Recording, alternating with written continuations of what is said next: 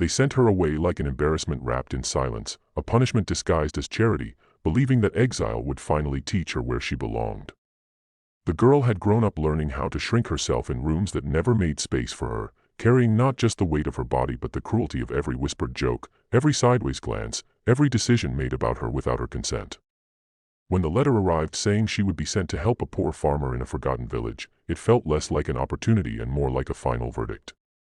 In that moment, she believed the world had chosen to discard her where no one would notice, and she stepped onto the long road with a heart already braced for humiliation and loneliness. Before the story pulls you deeper, take a moment to support this channel.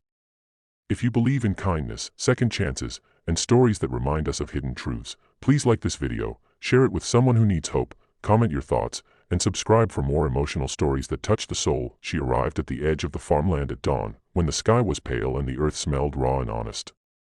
The farmhouse stood modest and weather-worn, surrounded by fields that looked tired rather than grand, and everything about the place seemed to confirm what she had been told.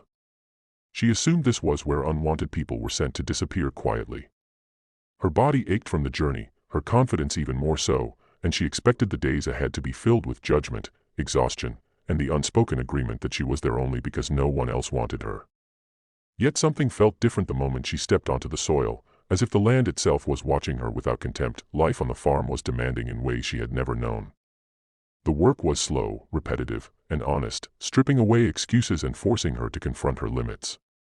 At first, every movement reminded her of how others saw her, and she braced for ridicule that never came. Instead, there was only the rhythm of labor, the quiet patience of animals, and the steady expectation that effort mattered more than appearance. Days passed without commentary on her size, without laughter behind her back, and that silence was both unsettling and strangely healing. For the first time in years, she felt invisible in the best way, free to exist without explanation. As weeks unfolded, she began to notice details she had overlooked. The farmer lived simply, but nothing about the land was small. The field stretched far beyond what the eye could first see, rolling outward like a secret kept from careless observers. Trucks came and went at dawn and dusk, paperwork was handled with quiet precision, and workers treated the place with a respect that hinted at something larger. Still, no one explained anything to her, and she assumed it was none of her business. Her task, she believed, was to work, to endure, and to learn humility through hardship. The greatest change, however, happened inside her. Away from the constant judgment of society, she began to hear her own thoughts clearly. She discovered strength in her body that shame had once hidden and resilience in her spirit that mockery had nearly crushed. Each sunrise brought a small victory, each completed task a reminder that worth was not measured by approval. The land responded to her care, crops growing healthier under her attention, animals calmer in her presence. In tending to the farm, she unknowingly tended to herself, stitching together pieces of confidence she thought were lost forever. The truth revealed itself gradually, not through dramatic announcements but through understanding. The farmer was not poor in the way the world defined poverty. He was rich in land, in legacy, and in quiet wisdom. Thousands of acres were managed with intention rather than display, wealth hidden behind humility. The punishment she had been sent to endure was built on arrogance and ignorance, a cruel assumption that simplicity meant failure. When she finally realized the scale of what surrounded her, it reshaped everything she thought she knew about success and dignity. What hurt most was recognizing how easily people had used her as a lesson for others, reducing her to a symbol instead of a human being. Yet instead of breaking her, the experience refined her. She understood now that those who had sent her away knew nothing about the strength required to live honestly, to work with integrity, and to treat people as equals.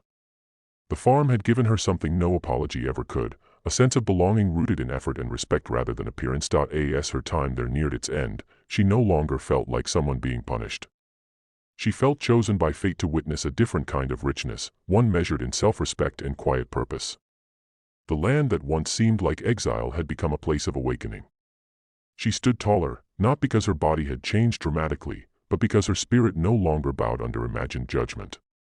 She carried herself with the calm certainty of someone who knew her value without needing permission. If this story is touching your heart, if it reminds you that people are often more than the labels placed on them, please take a moment to like, share, and engage with this video.